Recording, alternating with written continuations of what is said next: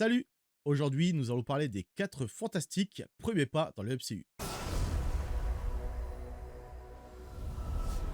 J'ai été voir donc le film Les 4 fantastiques premiers pas qui donc lance les 4 fantastiques dans l'univers du MCU, du moins dans un autre univers. Ce nouveau film se passe dans un New York alternatif des années 60, donc du coup on est entre un mélange entre un style futuriste et ancien, donc un style rétro-futuriste, au niveau des décors, des costumes, même de la technologie. On va avoir par exemple des voitures volantes qui vont avoir donc qui peuvent voler, mais qui vont avoir un style donc du coup des véhicules des années 50-60. Le film se passe donc, comme vous avez pu comprendre, dans un autre univers, sur une autre terre que celle du MCU. Ce qui est très intéressant par rapport au film, c'est que dès le début, en fait, ça va te présenter à travers une émission TV l'origine story un peu des personnages, comment ils en sont arrivés là. Donc ça évite un long moment pour expliquer les personnages. Donc là au moins on est sur une émission, ça pose les bases un peu de pourquoi ils ont eu leur pouvoir, etc. On comprend assez rapidement, surtout si vous avez vu les vieux 4 Fantastiques à l'époque et que vous n'avez pas forcément lu les comics.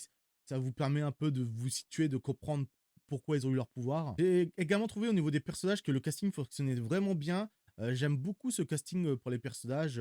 Il y a beaucoup de personnes, à mon avis, qui vont être très contents de voir Pedro Pascal, parce que c'est un acteur maintenant qui est quand même très apprécié au milieu du cinéma, aussi à travers ses rôles qu'il a pu avoir dans des œuvres de la pop culture, comme je pense à Game of Thrones. Donc on a pu le voir aussi dans The Last of Us, on a pu le voir aussi dans Star Wars avec The Mandalorian. Au niveau des autres acteurs, Johnny, qu'on a pu voir dans la dernière saison de Stranger Things, ma dernière saison en date. Vanessa Kirby qui joue Sue, on a pu le voir dans des œuvres comme Mission Impossible, donc dans plusieurs Missions Impossibles. L'acteur qui joue Ben, de mémoire, j'avais vu qu'il avait joué un peu dans tout, un peu dans Andorre et différentes œuvres. Je m'en souviens pas lui, sa tête.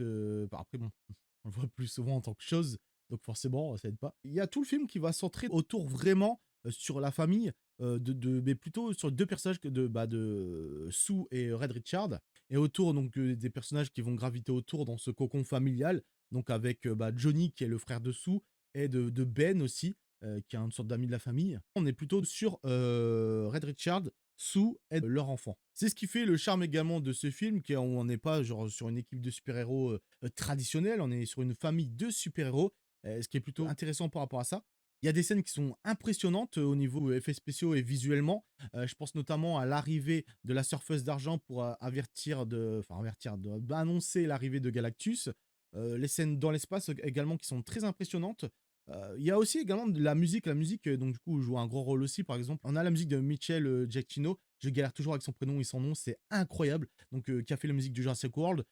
Le thème musical par exemple de l'arrivée de la surface d'argent pour annoncer l'arrivée de Galactus, j'ai beaucoup aimé parce que le thème musical était très fort et se prenait bien avec cette scène et de la gravité de celle-ci. Donc ce qui est intéressant, c'est que le film justement va avoir son propre ADN, son propre style, tout en étant un film de MCU comme je disais. Et donc ça nous permet de redécouvrir un peu de nouvelles choses. On n'est pas genre sur un énième film du MCU qui ressemble aux autres. Là, je trouve que vraiment, il a sa propre ADN.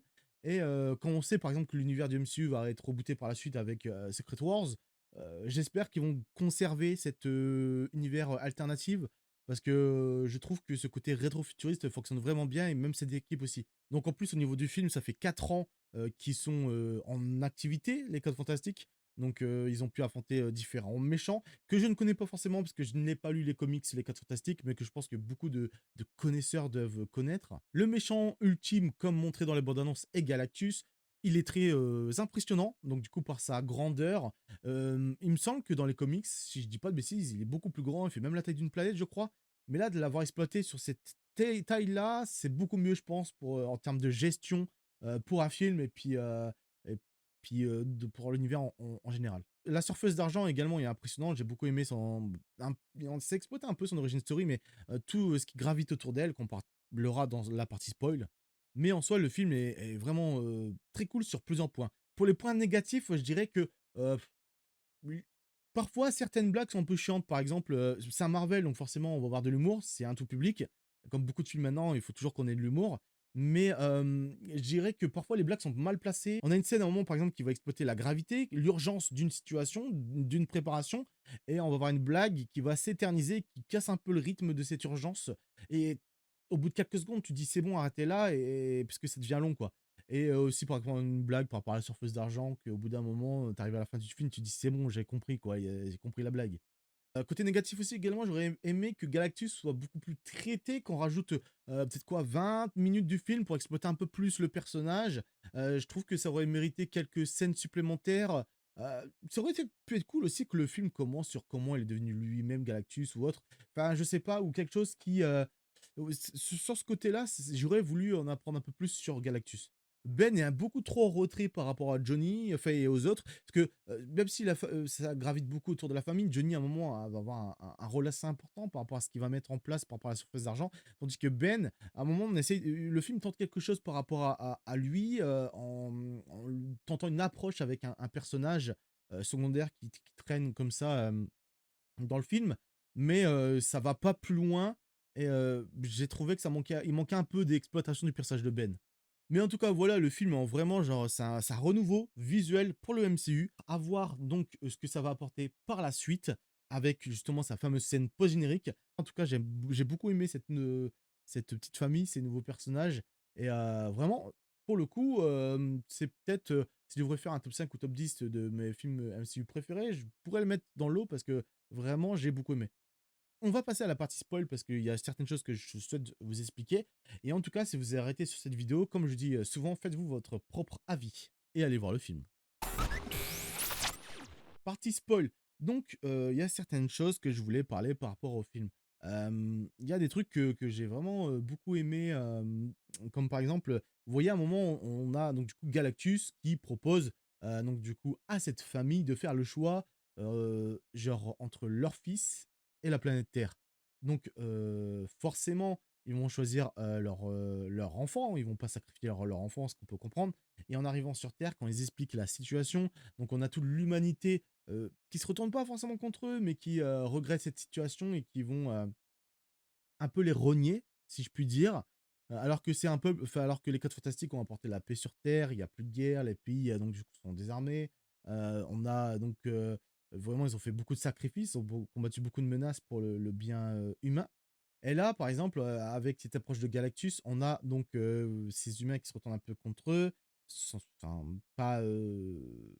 pas physiquement, vous voyez, plutôt verbalement. Et on a également donc une sorte de groupe sectaire qui s'installe, qui se crée donc par rapport à Galactus, ce qui me fait beaucoup penser par rapport à l'Ancien Testament, quand vous avez Moïse, après avoir donc voyagé dans le désert avec son peuple, qui va au mont Sinaï et qui du coup va partir pendant 40 jours et à son retour, bah, il y aura déjà donc tout son peuple qui aura déjà créé des statues d'idolation qui commenceront à vénérer quelque chose d'autre parce que moi ils étaient trop longs. Bah là en fait ça m'a fait un peu penser à ça, ce qui est ce parallèle par rapport au film. On a les scènes par rapport autour de Johnny qui traduit un peu ce message qu'il avait entendu et de ce qu'elle lui avait dit quand il l'avait pourchassé jusqu'à l'espace. Et donc du coup qui a un réel rôle comme je disais par rapport à ça et qui va vraiment, il y a une sorte de lien entre lui et la surface d'argent et c'est grâce même à lui qu'au final à la fin, il est, en voulant se sacrifier, elle va lui sauver la vie parce qu'au final c'est un personnage qui s'est sacrifié pour sa propre planète, mais qui a offert beaucoup de planètes sur un plateau d'argent à Galactus. Les scènes de combat en plus sont réellement impressionnantes. Mais à un moment on voit Galactus qui d'ailleurs quand il est à New York, il avance vers le piège et je me dis il va capter quand même que qu'il n'y a pas le bébé, parce que ce serait bête qu'il tombe dans le piège. Heureusement, il n'est pas tombé dans le piège et après il fonce vers la tour des 4 Fantastiques. J'ai bien aimé aussi l'univers souterrain qui exploitait un peu ces deux mondes un peu qui cohabitent. Et après, justement, ce qu'on se demande par rapport à Galactus, c'est qu'à la fin, donc, ils arrivent à le repousser, il a genre jeté dans un portail. Mais on sait qu'avec Secret Wars, l'univers va être rebooté du MCU. Alors, est-ce que les 4 Fantastiques vont rejoindre et tous les mondes vont fusionner pour en faire qu'un? Ou alors, les 4 Fantastiques vont continuer à évoluer dans leur propre univers? Je pense que ça serait mieux comme ça, parce que j'aime beaucoup le charme. Le charme est vraiment cool. D'après ce que j'avais compris, la prochaine phase pourrait traiter justement des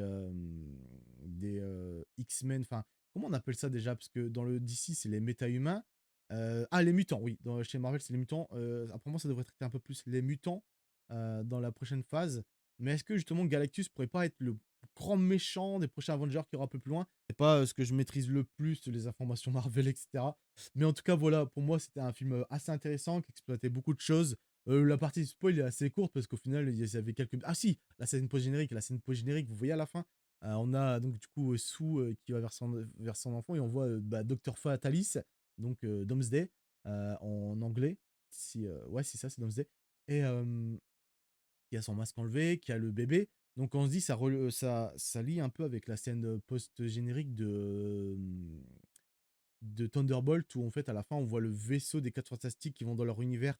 Donc est-ce que justement il va kidnapper le bébé et donc je les vois mal. Ou alors, à mon avis, il va prendre le bébé et leur imposer le choix d'aller dans l'autre univers. Comment ça va se dérouler, je sais pas. Franchement, ça va être très intéressant. J'ai hâte de voir ça. En tout cas, dites-moi ce que vous en avez pensé en commentaire.